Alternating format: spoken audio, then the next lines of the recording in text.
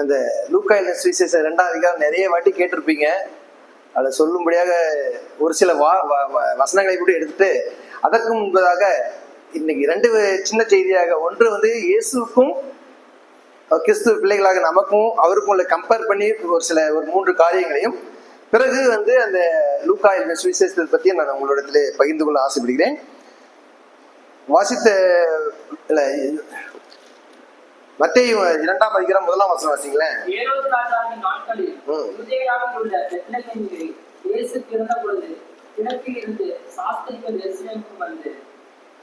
முக்கியமா நற்செய்தின்னு சொல்றேன். எல்லாத்துக்கும் நற்செய்தி இயேசு பிறப்பின் நற்செய்தினா, இயேசு கிறிஸ்து 2000 ஆண்டுகளுக்கு முன்பதாக இந்த உலகத்திலே பிறந்தார் என்ற நற்செய்தியை விட இன்றும் நம்முடைய ஒவ்வொரு உள்ளத்திலும் அவர் வாசம் செய்கிறார் என்பதே ஒரு மிகப்பெரிய நற்செய்தியா இருக்கிறது. நம்ம வாசித்தோம் பாருங்க, ஏரோது ராஜாவின் நாட்கள். ஏன்னா இது இயேசு கிறிஸ்து பிறப்பின் முதல் செய்தி இங்கதான் ஆரம்பிக்கிறது. அதனால ஏன்னா பிறந்த தருணம் எப்ப இயேசு கிறிஸ்து எதற்காக பிறந்தார்? ஆதியிலே ஆதாமையும் ஏவாளையும் படைத்த தேவன் நல்ல சந்தோஷமா படைக்கணும் படைச்சாரு. பட் ஆனா அவங்க பாவம் செய்தார்கள். பாவம் செய்த உடனே தேவனுக்குள்ள திட்டமிட்டார். என்னன்னா, இந்த பாவத்திற்கு பரிகாரமாக தன்னுடைய ஒரே பேரான குமாரை இந்த பூமியில அனுப்பணும்னு சொல்லிட்டு எப்ப அனுப்பிச்சாருன்னா, ஆதாம் இருக்கிற காலத்துல அனுப்பிச்சாருன்னா அனுப்பல. பிறகு நோவாவின் காலத்துல பாத்தீங்கன்னா தேவன் தேர்ந்தெடுத்தார் நோவா தான் நீதிமான் என்று. சரி, அப்பயாச்சும் இயேசு கிறிஸ்து அனுப்புனான்னு பார்த்தா அந்த பூமியில அனுப்பவே இல்லை. பிறகு ஆபிரகாம் விசுவாசத்தின் தகப்பன் என்று சொல்றோம். ஒருவேளை ஈசாக்கை போல தன்னுடைய இயேசு கிறிஸ்து அமைச்சிருந்தா வளர்க்கப்படுவான்னு பார்த்தா அப்பயும் அந்த காலத்துல அனுப்பப்படலை. பிறகு தாவீதின் காலம் வந்தது. தாவீதாச்சும் பாருங்க இருதயத்துக்கு ஏற்றம்னு சொன்னாரு. அது மட்டும் இல்லாம இயேசு கிறிஸ்துவை பற்றி வெளிப்பாடுகளையே பண்ணாரு. நிறைய தீர்க்கதரிசன வசனங்கள் சொன்னார். தேவனை குறித்து சொன்னாரு, இயேசு கிறிஸ்து சொன்னாரு. அப்பயாச்சும் அனுப்பினார் பார்த்தோம்னா அப்பயும் பூமியில அனுப்பப்படலை. பிறகு நிறைய தீர்க்கதரிசிகள் வந்தாங்க, இயேசு கிறிஸ்துவை ரட்சிக்கணும்னு கேட்டாங்க. அப்பயுமே தேவன் இந்த பூமியில இயேசுவை அனுப்பல. எப்ப இந்த பூமியில அனுப்பினார் அப்படின்னா, கலாத்தியன் புஸ்தகம் 4ஆம் அதிகாரம் 5ஆம் வசனம் பாருங்க. கலாத்தியர் 4:5.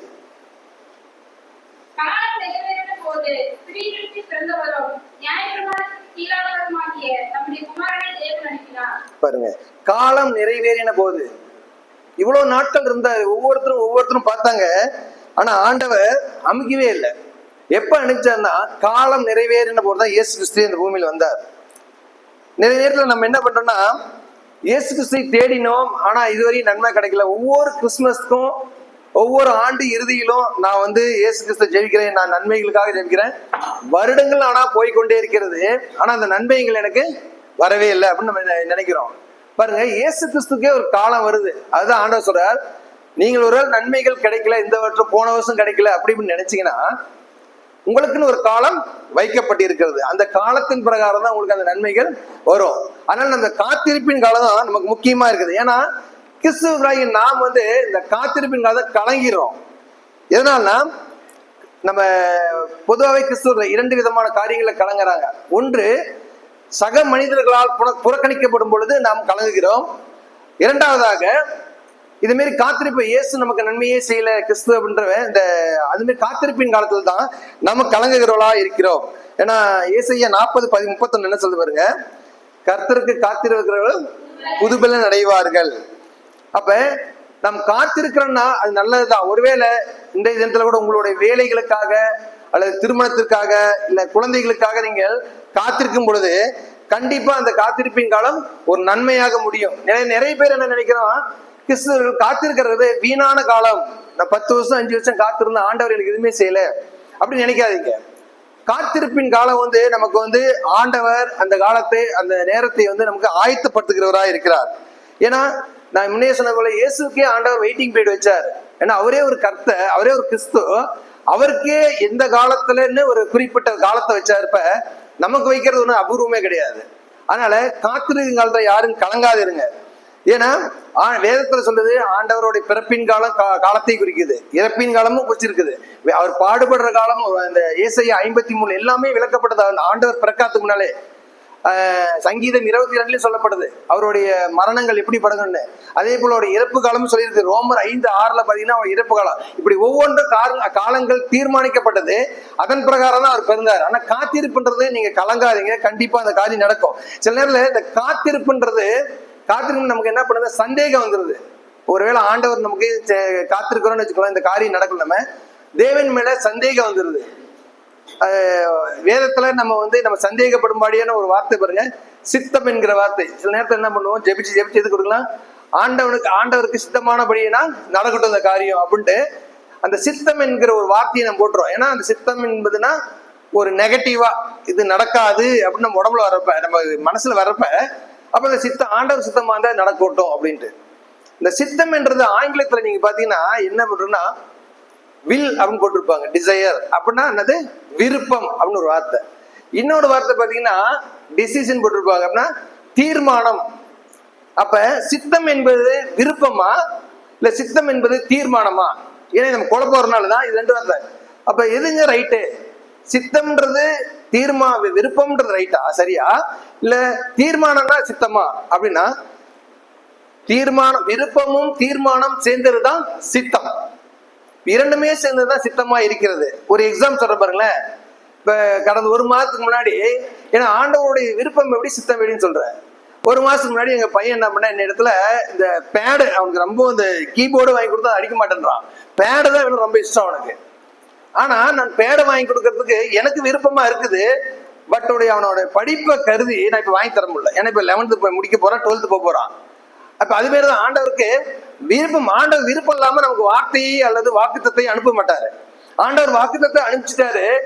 ஆண்டவர் விருப்பம் இல்லைன்னா, விருப்பம் கண்டிப்பா இருக்குது, ஆனா தீர்மானம் ஆண்டவர் எடுக்கல. இப்ப நானே என் பையனுக்கு தீர்மானம் எடுக்கல. நான் நினைக்கிறேன் என்ன பண்ண, +2 முடிச்சோன்னு வாங்கி கொடுத்துடலாம் அவனுக்கு, அப்ப பண்ணிட்டு. அது மாதிரிதான் கொஞ்சம் காத்திருப்பு. அதனாலதான் ஆண்டவர் விருப்பம் ஆண்டவருக்கு இல்லைன்னு கூட நினைக்காதீங்க. உங்களுடைய வார்த்தை, ஆண்டவர் உங்களுக்கு வார்த்தையை அனுப்புகிறா இருந்தா கண்டிப்பா அவருக்கு விருப்பம் இருக்கு. ஆனா கொஞ்சம் காத்திருக்கும் காலம் வருகிறது. அதான் சொல்றாரு. இரண்டாவதாக மத்தேயு அதே 2 திருப்பி வாசிங்க, 2:1.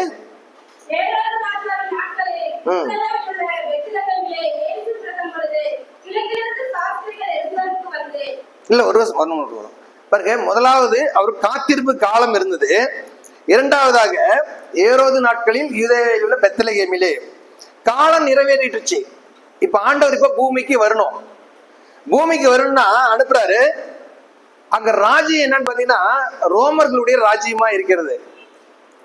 ரோமர்களுடைய ராஜ்யம் இருண்ட காலம் சொல்றாங்க. ஏன்னா ரோமர்களுக்கு பிடிச்ச 2 காரியம் அவருடைய வரலாறு பாத்தீங்கன்னா 2 காரியமா. முதலாவது அவங்க என்ன பண்ணுவாங்க, நிறைய சாப்பிடுவாங்க, நல்லா சாப்பிடுறவங்களா இருப்பாங்க.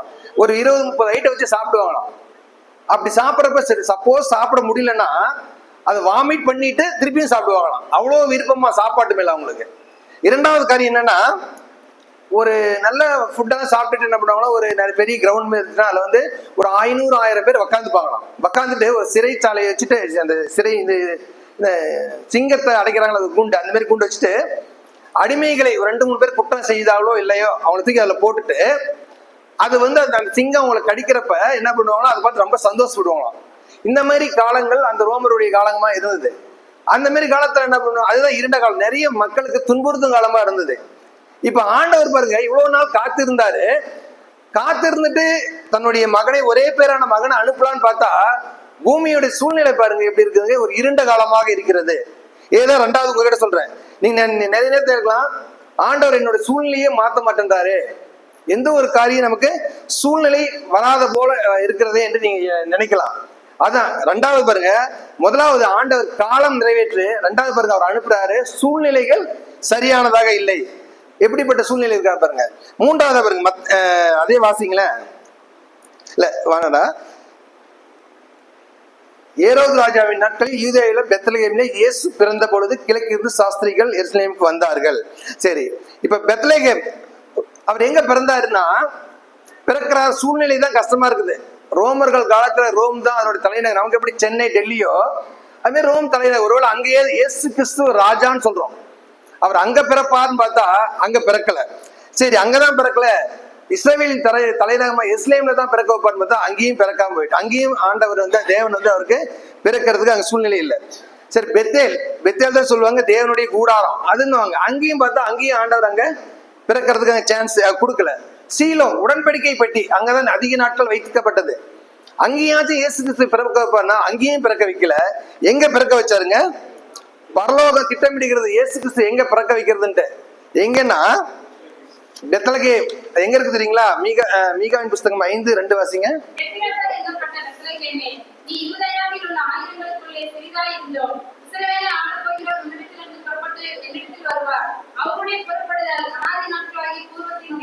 போதும் பாருங்க, பெத்லகேம்ல எங்க பிறக்க வைப்பான்னு பார்த்தா இருக்கிறதுல சிறிய நகரமாகிய பெத்லகேம்லே பிறக்க வைத்தான்னு பாக்குறோம். 1000 எப்ராத்தா என்னப்பட்ட யூதா என்னப்பட்ட எப்ராத்து 1000 நகரங்களுக்குள்ளே சிறியதானது என்று பார்க்கிறோம். முதல் காரியம் காலமும் நிறைவேற்றுச்சு, சூழ்நிலையும் சரியில்லை. அட்லீஸ்ட் பிறக்கிறதாவது ஒரு ராஜா மாரி பிறக்கிறாரு, ஒரு நல்ல இடத்துல பிறக்க வைப்பான்னு பார்த்தா ஒரு இடமே தெரியாத இடத்துல பிறக்க வைக்கிறார். இந்த பெத்லகேம் 1000ன்னா லிஸ்ட் போட்டீங்கன்னு வச்சுக்கோங்களேன், யூதேய தேசத்துல 1000 பட்டணம் இல்லையா? அப்படியே லிஸ்ட் போட்டாலுமே 1000வது பட்டணம். அது வந்து ஆக்சுவலா இது பட்டணம் போட்டிருக்கு, அது பட்டணம் இல்லையா, அது ஒரு குக்கிராமம். எப்படின்னா இப்ப ஆரம்ப காலத்துல பார்த்தா சேலமே ஒரு பட்டணம். அப்ப ஓமலூர் ஒரு கிராமமா இருந்துச்சு. இப்ப இந்த சின்ன திருப்பதி எல்லாம் குக்கிராமம். அது மாதிரி ரொம்ப குக்கிராமம். எப்படின்னா யோசுவான் காலத்துல அவன் கானான் தேசத்துல போய் எல்லாத்துக்கும் பட்டணத்தை பிரிச்சு கொடுத்தப்ப பாத்தீங்கன்னா இந்த பெத்லகேம் என்ற பட்டணம் வரவே இல்லை லிஸ்ட்ல. அப்ப அப்படியே ஒரு சிறிய நகரத்துல ஆண்டவரை பிறக்க வைக்கிறாங்க. எங்க அப்ப தேவன் எப்படி பாருங்க. அதனால குக்கிராமம். இப்ப நீங்க நினைக்கலாம் நானும் இது மாதிரி ஒரு சின்ன கிராமத்துல இருக்கிறேன், எனக்கு படிப்பறிவு இல்லை, எனக்கு எதுவுமே இல்லை, அறிவு இல்லை, நினைக்க அறிவு இல்லை, ஞானம் இல்லைன்னு. ஆனா ஆண்டவர் பாருங்க எந்த மாதிரி காலத்துல இதே சின்ன ஒரு கிராமத்துலதான் பிறந்தவரா இருக்கிறார். சங்கீதம் 113:7 வாசிங்களேன். ஏன்னா நீங்க சிறியவர் நினைக்கலாம். 113:7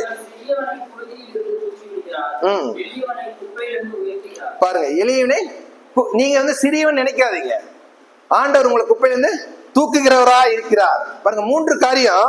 ஒன்று காலம் நிறைவேற வேண்டும் என்று இப்ப நிறைவேறிச்சு. 2வது சூழ்நிலைகள். 3வது வந்து சிறுமையும் எளிமையுமாக இருந்த இடத்திலே ஆண்டவர் பிறந்தார். இப்ப நீங்க நினைக்கலாம் என்னுடைய காலம் எப்பொழுது நிறைவேறப்படும், 2 சூழ்நிலைகள் எப்ப மாறணும், எப்ப மாறும், அல்லது சிறுமையும் எளிமையும் எப்ப என் வாழ்க்கையிலிருந்து மாற்றப்பட வேண்டும், அப்ப நான் என்ன செய்யணும் இல்லைங்களா? அப்ப என்ன செய்யணும்னா இயேசு கிறிஸ்து பிறப்பதற்கு முன்பதாகவே இந்த எப்ராத்தா என்னப்பட்ட இடம் இருக்கு பெத்லகேம், அங்க ஒரு மனுஷன் பிறந்தான். அவனுடைய வாழ்க்கைய இயேசு கிறிஸ்துவுக்கு அடையாளமாக அங்க ஒப்பிடப்பட்டிருக்குது. அது என்ன வசனம் பாருங்க, ஆதியாகமத்தின் புஸ்தகம் 35:16-19 வாசிங்களேன். ஆதியாகமும்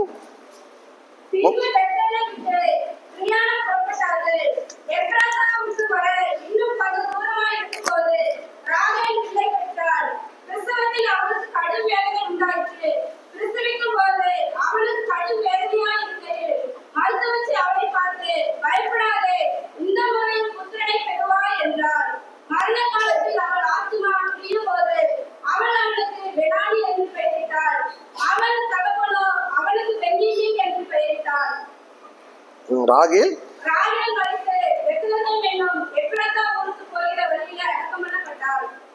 பாருங்க.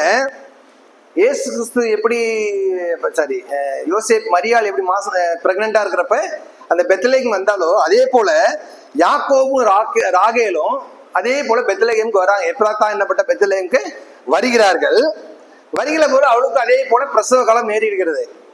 இந்த பிரசவத்துல பாருங்க அவளுக்கு குழந்தை பிறந்துருது. இயேசு கிறிஸ்து பிறந்த போல இங்க பிறந்தாச்சு. ஒரே ஒரு அதாவது அப்பாவுக்கும் மகளுக்கு மனைவிக்கும் ஒரே சூழ்நிலை தான். ஆனா இந்த ராகேல் என்ன பண்றா பாருங்க, பையன் பிறந்ததும் அவனுக்கு பெனோமின் என்று பெயரிடுறான். வருத்தப்பட்டு பெனோலி என்று பெயரிடுகிறார். அப்படி பெனோலின்னா என்ன அர்த்தம்னா வருத்தத்தின் மகன். ஏன்னா ஒரு குழந்தை பிறந்த எல்லாரும் எவ்வளவு சந்தோஷப்படுவாங்க. அவன் என்ன பண்றான், பிறந்த உடனே வருத்தத்தோட துக்கத்தோட தான் பையன் பிறந்தானே பெனோலின் என்று பெயரிடுகிறார். பெனோலினா வருத்தத்தின் மகன் என்று அர்த்தம். அதே யாக்கோபு என்ன சொல்றான், அவன் என்ன பேர் வைக்கிறான், பென்யமின் என்று பேர் வைக்கிறான். பாருங்க சூழ்நிலை ஒண்ணுதான், குழந்தை பிறந்தது ஒவ்வொருத்தருக்கும் ஒவ்வொரு பேர் வைக்கிறாங்க. அவன் பென்யமின் வைக்கிறான். பென்யமின்னா வலது கரத்தின் மகன், அல்லது வலது பாரிசத்தின் மகன் என்று அர்த்தம். சூழ்நிலைகள் ஒன்றுதான். ஏன்னா ராகேல் மகன் பிறந்தும் சாகர நிலைமை கொஞ்சம் ஆகுது. ஆனா அந்த நேரம் அதேதான் யாக்கோபுக்கும். ஏன்னா யாக்கோபு வந்து ராகேலை விரும்பி திருமணம் செய்தவன். சப்போஸ் தன்னுடைய மனைவி சாகும் பொழுது அவனுக்கும் அந்த துக்கம் வருமா தான் இருக்குது. ஆனா மருத்துவச்சி சொல்றா குழந்தை பிறந்ததோ அந்த குழந்தை நல்லா இருக்குன்ட்டு. ஒருவேளை அவன் கர்த்தரை நம்பி இருந்தான், நான் என்ன சொல்லிருக்கான், இந்த குழந்தையை நான் வளர்வதற்கு எனக்கு ஆயுசு நாட்களை கொடுன்னு கேட்டிருக்கலாம். ஆனா அவன் தன்னுடைய சாபத்தியெல்லாம் அந்த குழந்தை மேல விடுறா, துக்கத்தை விட்டு என்ன பண்றா, வருத்தத்தின் மகனாக பார்க்கிறாள். ஆனால் இவனும் வலது பாரிசத்தின் மகனாய் பார்க்கிறாள். அது எப்படின்னா, ராகேல் தன்னுடைய மகனை முடிவாக பார்க்கிறாள் இறந்துருன்ட்டு. ஆனா யாக்கோபு தன்னுடைய மகனை துவக்கமாக பார்க்கிறான். புரியுது என்ன சொல்றது? அப்ப அவன் என்ன பண்ண, மறிச்சு போயிடுறான். ஆனா பாத்தீங்கன்னா யாக்கோவோட இருந்தது யாரு, யோசேப்பெல்லாம் கிடையாது, பென்யமீன் தான் இருந்தான். ஏன்னா யோசேப்பு எகிப்துக்கு போயிட்டான். அப்படிதான் இப்ப நான் என்ன சொன்னேன், இயேசு கிறிஸ்து பிறக்கிறார். உங்களுடைய சூழ்நிலைகள் எப்படி இருக்குது? எதற்காகனா, நம்ம எப்பயுமே ஆண்டவர் இடத்துல பிறக்கிற இயேசு இடத்துல துக்கத்தையே கொண்டாடி எனக்கு கஷ்டம் கவலை துக்கம் அப்படின்றமா, இல்ல ஆண்டவரை நீ எனக்காக என்னுடைய பாவத்திற்காக நீர் எங்களுக்காக மரித்தீரே, எங்களை நீர் ஆபிரகாமை போல ஆசீர்வதிக்கப்பட்டோம் என்று நாங்கள் விசுவாசிக்கிறோமா? இல்ல எப்பொழுதுமே பென்னோலியை போல, பென்னோலி என்ற பேர் வைத்த போல சிறுமை கடன் அதையே பத்தி பேசுறோமா? எதை குறித்து பேசுகிறோம்? அதுதான் நீங்க தான் தீர்மானம் எடுக்கணும். இந்த இயேசு கிறிஸ்துவின் பிறப்பின் நாள்ல நீங்கள் இயேசுவை பென்னோலியாக பார்க்கிறீங்களா இல்ல பென்யமீனா பாக்குறீங்களா? ஏன்னா நம்ம கஷ்டம்னா கஷ்டம் தான் வரும். சில நேரத்தில் மணிகண்ட கடவுள் நான் சொல்லுவேன், நீங்க ஏழை நான் பணக்காரன், நீங்க பணக்காரனா ஏழை அப்படி சொல்லாத மணி, ஒரு நாளைக்கு ஏழையாவே ஆயிடுவோம். பணம் இருக்குதோ இல்லையா, இருக்குன்னு சொல்லு, இல்லைன்னு வேண்டாம் சொல்லாதுன்னு சொல்லுவேன். ஏன்னா நம்ம ஆண்டவர்கள் கேட்கறப்ப எப்பயும் அது இல்லை இது இல்லை இது இல்லை குறையாவே கேட்டா ஆண்டவர் கொடுக்கறது கூட சரியா, இதுதான் விரும்புறான் நாட்டங்குது, வாயிலிருந்து புறப்பட வார்த்தை தான். சரி, இதே கொடுத்தலாம் ஏழையே பண்ணிடலாமே, சிறுமையா பண்ணிடலாம்னு நினைப்பாரு. ஆண்டவர் என்னை ஆசீர்வதிக்கப்பட்டார் என்று நினைங்க பாருங்க, கண்டிப்பா இன்னும் பெரிய பெரிய ஆசீர்வாதங்கள் கிடைக்கிறதா இருக்கும். இதுதான் நமக்கும் ஆண்டவர்களுள்ள இந்த ஒப்பிட்டு நம்ம பேசணும்னா, ஆண்டவர் நம்ம இயேசுவை பென்யமீன் போல பாருங்க, பென்னோலியா பார்க்காதீங்க. சரி, வாசித்த வேத பகுதிக்கு வருவோம். இல்ல ஒரு சில வார்த்தைகளை மட்டும் நான் சொல்லி முடிக்கிறேன். வாசிங்கள 2 லூக்கா 2ஆம் அதிகாரம் 3, 4, 5 வாசிங்களேன்.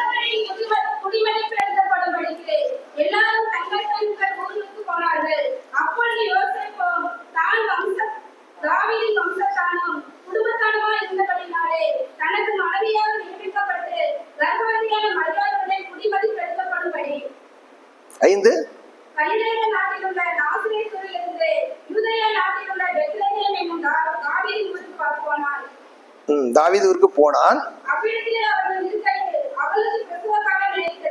இந்த 6வது வசனம் அவ்விடத்திலே அவர்கள், எனக்கு தான் ஒரு டவுட் இருந்துச்சு, அவ்விடத்திலே அவர்கள் இருக்கையில் போட்டிருக்கு.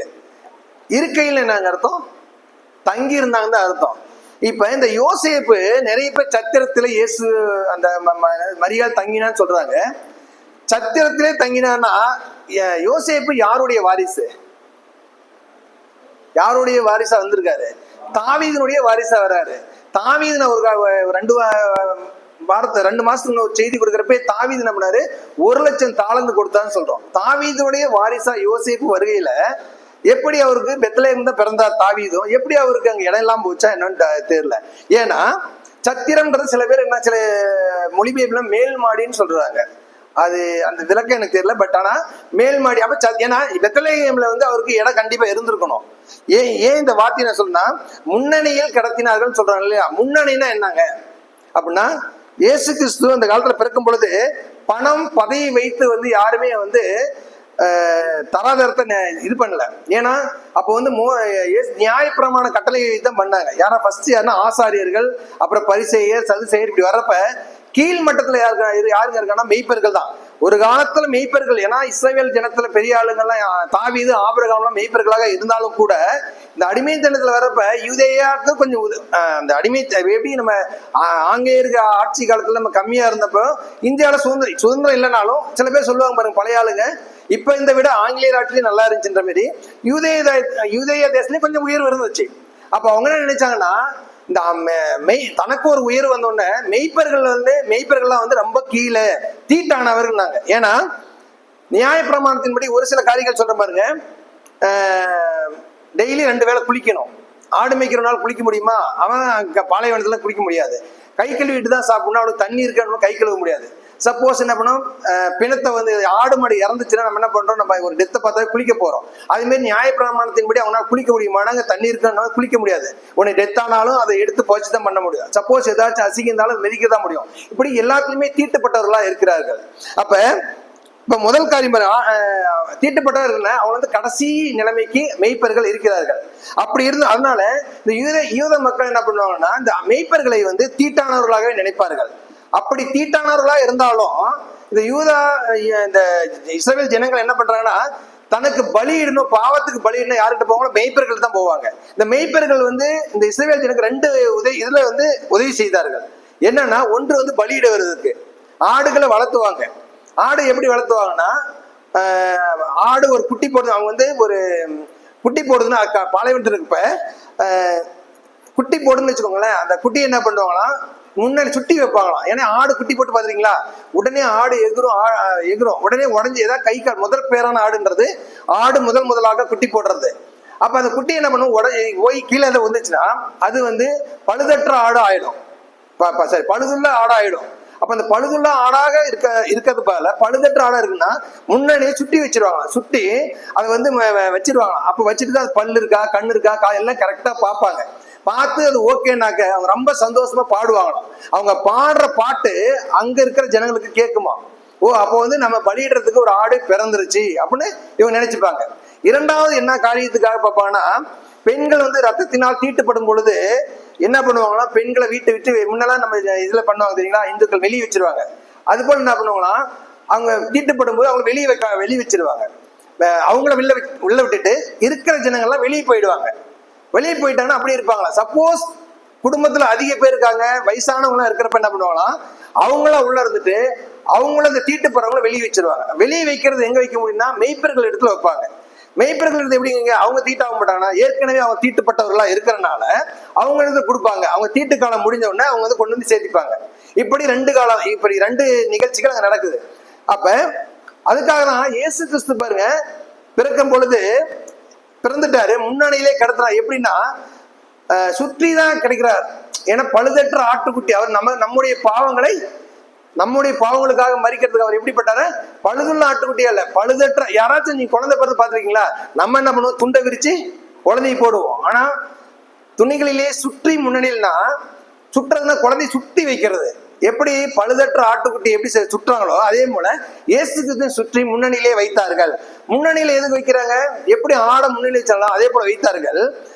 ஏன் இந்த சத்திரத்துல இருந்து வெளியே, இப்ப ஒரு பொண்ணு ஒரு மாசமா இருக்காங்கன்னா, கர்ப்பமா இருக்காங்கன்னா அவளை தூக்கி சத்திரத்துல இடலாம் துரத்த முடியுமா? ஏன்னா அவங்க தீட்டுப்படுறதுனாலதான் அது தொடருது. ஏன்னா ஒரு நம்ம பஸ்ல ஒரு 50 பேர் உட்கார்றப்பயே ஒரு லேடிஸ் பிரெக்னெண்டா இருந்தா உட்கார வைக்கிறோம். இப்ப சத்திரத்திலே இடம் இல்லைன்றோம். எப்படி சத்திரத்துல அவ்வளவு பேர் இருக்கிறாங்க, சத்திரம் பொதுவானது. ஒரு பிரெக்னெண்டா இருக்கிற லேடிக்கு இடம் விட மாட்டாங்களா? ஆக்சுவலா இப்படிதான் வந்து நடந்திருக்குன்னு நான் நினைக்கிறேன். எப்படின்னா வீட்டுல தீட்டுப்படாதபடிக்கு அவளை வெளியே அனுப்பிச்சாங்க. மாட்டு தொழுவத்திலே வைத்தாங்க. குழந்தை பிறந்ததுன்னா ஆடுகளுக்கு முன்னாடி குழந்தை பிறந்தது. இப்ப முன்னணியிலே வைக்கப்பட்டார். இப்ப முன்னாடி வச்சா பழுதற்ற ஆட்டுக்குட்டின்னு யார் பார்க்கணும், யார் அவள் கண்டறியணும்? ஆடு மெய்ப்பர்கள் தான் வந்து பார்க்கணும். அப்ப அதுக்காக முதலாவதாக உலகத்துல எல்லாத்துக்கும் நற்செய்தி. ஆனா முதலாவது யாருக்கு, ஆடு மெய்ப்பர்களுக்கு. அவங்க வந்து இயேசு கிறிஸ்து பழுதற்ற ஆட்டுக்குட்டியை பிறந்தார் என்று பார்த்து அவங்க வந்து சந்தோஷப்பாங்க. 20ஆம் வசனம் சொன்னோம், சந்தோஷமா போனார்கள். இந்த 20ல ஆடி பாடி துதித்தார்கள். எப்படின்னா, எப்படி ஒரு ஆடு வந்து பழுதற்றதா பிறந்ததுன்னு அவங்க சந்தோஷமா இருந்தாங்களா, அது போல இயேசு கிறிஸ்து பழுதற்றவராய் அங்கே பிறந்தார். அடுத்ததாக வாசிங்களேன், 9ஆம் வசனம் வாசிங்க, 9-10.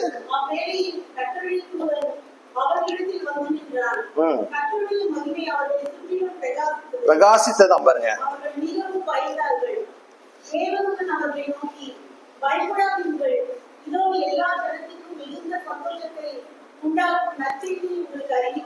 போதும், நற்செய்தியை அறிவிக்கிறேன் என்றார். நற்செய்தி அறிவிக்கிறது என்பது மிகவும் அரிதானது. ஏன்னா இங்க இருக்கிறவங்களுக்கே சர்ச்சிலே ஒரு விஷயம் நடக்குதுன்னு வச்சுக்கோங்களேன், ஒரு குடும்பத்துல ஒரு விஷயம், நற்செய்தி எல்லாத்துக்கும் ஒரே நற்செய்தியா இருக்காது. அது நற்செய்தி என்பது அரிதான ஒன்றாகும். ஒருவருக்கு நற்செய்தியா இருக்கிறது மற்றவருக்கு துர்ச்செய்தியா இருக்கும். ஏன்னா 2020 நினைவு எல்லாத்துக்கும் கொரோனா வந்தப்ப உருமாறிய கொரோனா என்பது வந்தது. கண்டிப்பா எனக்கு அது துர்ச்செய்தியா இருந்தது. ஏன்னா என்ன, நைட்ல 8 மணிக்கு டியூட்டிக்கு போனா 6 மணி முடிய அடுத்த 8 மணி முடி தூங்கவே விட மாட்டாங்க. அப்படி ஒர்க் இருக்கணும். ஒர்க்னா அதிகம்னா கண்ணை கூட முடியாது. ஏன்னா ஒரு நாளைக்கு 10,000 கேஸ் வரும்.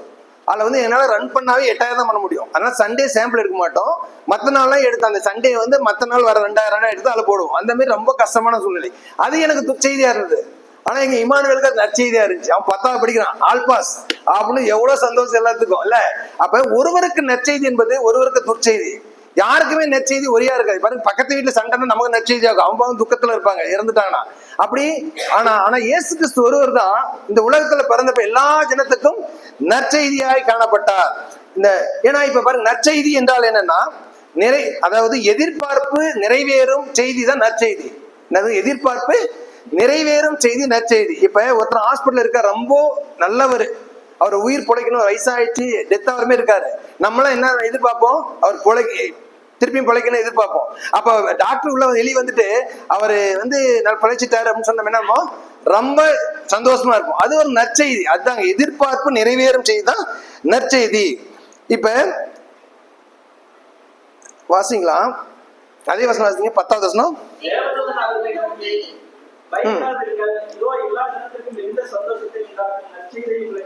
பாருங்க, ஏன்னா மெய்ப்பர்கள் வந்து 700 நிறைய இருண்ட காலம், 400 ஆண்டுகளா 2 காலமா இருக்குது.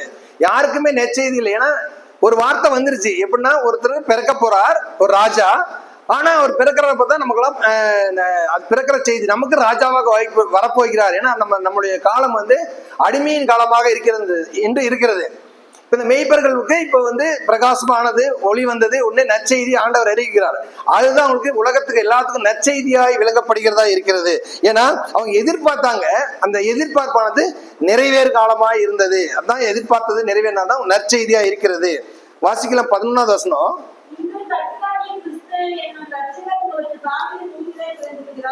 ரட்சகர் பிறந்திருக்கிறார். ரட்சகர் பிறந்திருக்கிறார். ரட்சகர் என்னங்க?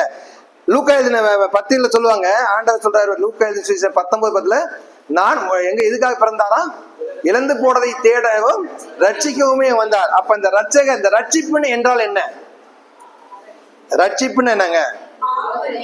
பாவத்திலிருந்து விடுதலை. அப்படின்னா சில பேருக்கு புரியுறது இல்லை. ஏன்னா வியாதியிலிருந்து சுகம்னா தெரியுதா, வியாதியா இருந்தா சுகமா இருந்தேன். அப்புறம் கடன் பிரச்சனை இருந்துன்னா ஓகே அப்படின்னு சொல்றோம். அப்புறம் கெட்ட பழக்க வழக்கம் இருந்துச்சு, அது நான் திருந்தேன், விடலாம் விட. பாவத்திலிருந்து விடுதலைனா ஒரு சில நேரத்துல புரிய மாட்டேங்குது. பாவத்திலிருந்து விடுதலை என்னன்னாங்க? இதெல்லாம் இப்ப சொன்ன பாருங்க, எல்லாவற்றிற்கும் அடிப்படையே இந்த பாவம் தான்.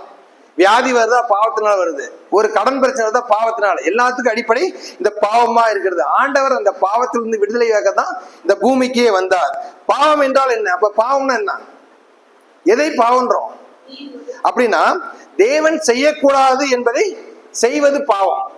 தேவன் ஒன்னு சொல்றாரு, ஆதாம் தப்புனவர். தேவன் செய்யக்கூடாது என்பதை செய்வது பாவம். தேவன் செய் என்று சொல்வதை செய்யாத இருப்பது பாவம். இது ரெண்டும் தான் நமக்கு பாவமேங்க. அப்ப தேவன் செய்யக்கூடாது செய்வது பாவம், தேவன் செய் என்று சொல்வதை செய்யாது இருப்பது பாவம். பாவம் என்ன செய்யுது நம்மள?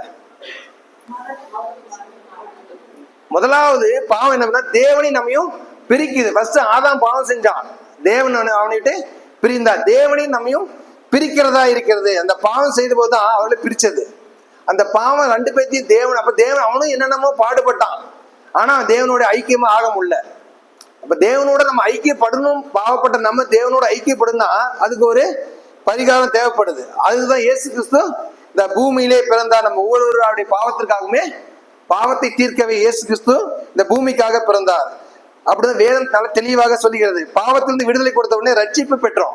ஆமாதானுங்களே? ரட்சிப்பு பெற்றோம். ரட்சிப்பு பெற்ற உடனே என்ன ஆசீர்வாதங்கள்?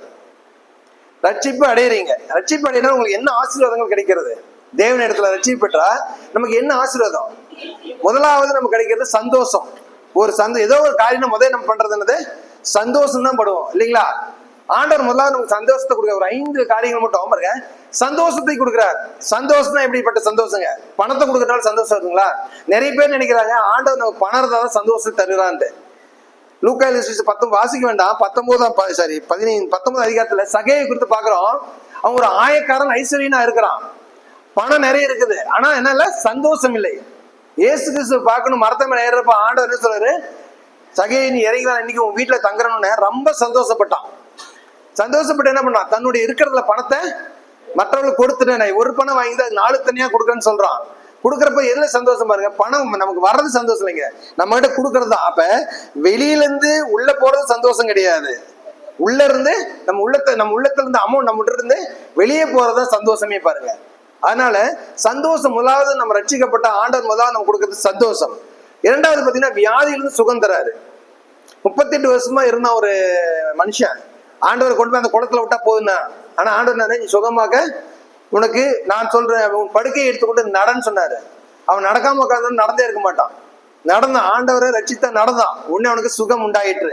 மூன்றாவதாக பாவ தண்டனையிலிருந்து, பாவம் கண்டிப்பா பண்ணாம இருக்க மாட்டோம், ஆனா தண்டனை சில நேரத்தில் பார்த்தா 3D மாட்டிக்கிறோம், ஏதோ ஒன்று செய்யற மாட்டிக்கிறோம். பாவத்துல இருந்து பாவ தண்டனையிலிருந்து ஆண்டவர் மன்னிப்பு கொடுக்குறாரு. விபச்சாரத்தினால் கண்டுபிடிக்கப்பட்ட ஒரு ஸ்திரீயை பார்த்து எல்லாமே சொல்றாங்க, மோசே நியாயப்பிரமாணத்தின்படி இவளை கல்லிருந்து கொல்லப்பட வேண்டும்ன்றாரு.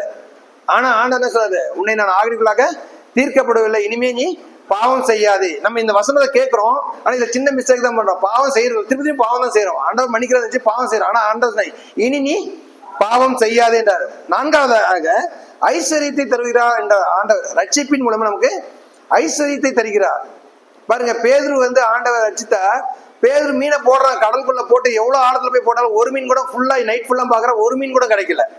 ஆனா ஆண்டவர் ஒண்ணு இல்ல, வலதுபுறத்துல போடுப்பான்னா போடுன்னாரு, ஆனா போட்டான் பாருங்க, எல்லாமே ஃபுல்லா வலை நிறைய மீனை பிடித்தார். ஐஸ்வர்யம் தருகிற ஆண்டவரை ரட்சிக்கப்படும் பொழுது ஐந்தாவதாக பிசாசின் எடுத்து, இதுதான் நமக்கு ரொம்ப பிரச்சனை. நம்ம நினைக்கிற பனை மரத்துல இருக்குது, கொய்யா மரத்துல இருக்குது, அங்க இருக்குது, புளிய மரத்துல இருக்குது, பேய் நினைக்கிறோம். ஆனா பிசாசு எங்கன்னா நம்ம உள்ளத்துலதான் இருக்குது. ஆண்டவர் அந்த பிசாசின் காரியத்தில் நமக்கு விடுதலை தருகிறவரா இருக்கிறார். ஆறாவதாக பரலோகம்.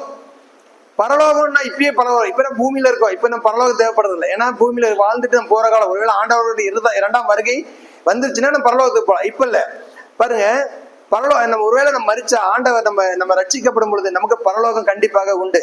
2 கல்வரைகள் குறித்து நம்ம பாக்குறோம். ஒருத்தன் ஆண்டவரே நீ கிறிஸ்துவானால் உன்னை ரட்சித்து என்னையும் ரட்சித்துக் கொள்றான்.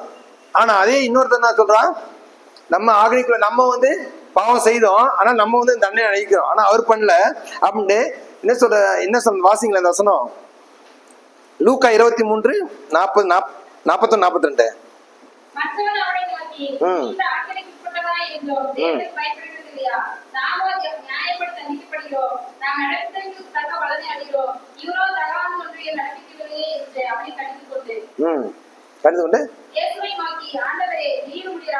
பாருங்க, உம்முடைய ராஜ்யத்தில் வரும்போது எனக்கு நினைத்தருளும் ஆண்டவர் அவனுக்கு பரதேசி கொடுத்தார், ஒரு பரலோகம். அதனால இந்த 6 காரியங்கள், முதலாவது ஆண்டவர் ரட்சிக்கும் போது நம்ம சந்தோஷம் தருகிறார், 2வது வியாதியிலிருந்து சுகம், 3வது பாவத்திலிருந்து தண்டனையிலிருந்து விடுதலை தராரு, 4வது ஐஸ்வர்யம், 5வது பிசாசின் விடுதலை, 6வது பரலோக ராஜ்யம். அப்ப நீங்க என்ன நினைச்சீங்கன்னா, ஆண்டவர் காலம் காத்திருக்கும் பொழுது நம்ம தேவன் கண்டிப்பா நமக்கு சந்தேகப்படாதீங்க, காலம் கண்டிப்பா நமக்கு காத்திருக்கும் பொழுது அது நல்ல ஒரு காலமாக அமையும். 2வதாக இருண்ட சூழ்நிலையை குறித்து கவலைப்படாதீங்க. 3வது சிறுமியை நினைத்து வருத்தப்படாதீங்க. ஆண்டவர் தெரியும் யார் யாரை எப்படி வைக்கணும், எந்தெந்த காலத்தை வைக்கணும். ஏன்னா இயேசு கிறிஸ்துவே ஒரு காலத்தை கொடுத்தவர், நமக்கும் ஒரு காலத்தை வச்சிருப்பாரு. அந்த காலம் முடியும் பொழுது ஆண்டவர் நம்ம நன்மைகளால் முடிச்சிட்டுவார் என்று கிறிஸ்துமஸ் நாளிலே உங்களை எடுத்துக்கிட்டு கூறி விடைபெறுகிறேன். நன்றி, வணக்கம்.